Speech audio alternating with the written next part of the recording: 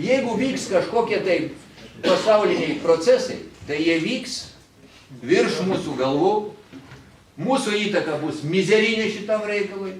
Konfliktas yra tarp anglosaksų vienoj pusėje ir rusų ir kiniečių kitoj pusėje.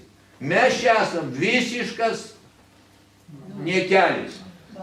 Tai šitom konflikte, ne mūsų kare, suprantat, ne mūsų kare, jeigu mes užimam kažkieno poziciją, tai paskui tu pirmas ir gausi per galvą, nes tu tampi pafrontės valstybė.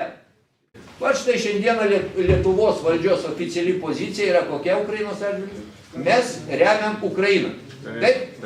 Taip. Dabar man atsakykit, ką mes tada remiam? Sakydami, mes remiam Ukrainą.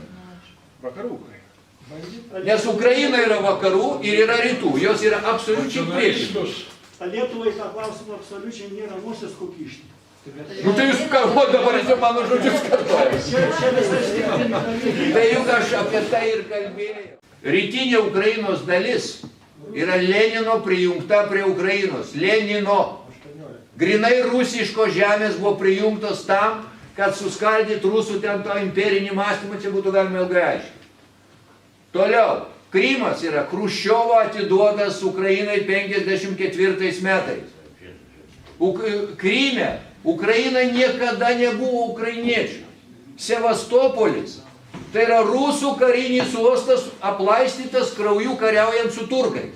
Prie ko čia Ukraina? Tas, kas vyksta Ukrainoje šiandien,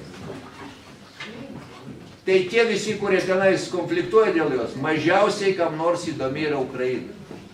Ukrainos įvykiai tai yra karo tarp anglosaksų ir rusų sudėtinė dalis.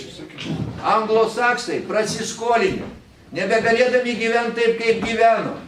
Jie žūtbūt turi sustabdyti kylančią Kiniją ir Rusiją. Nes jeigu jie jų nesustabdo, jų pragyvenimo lygis krenta, dolerio niekas nebeima ir jiems viskas žlunga.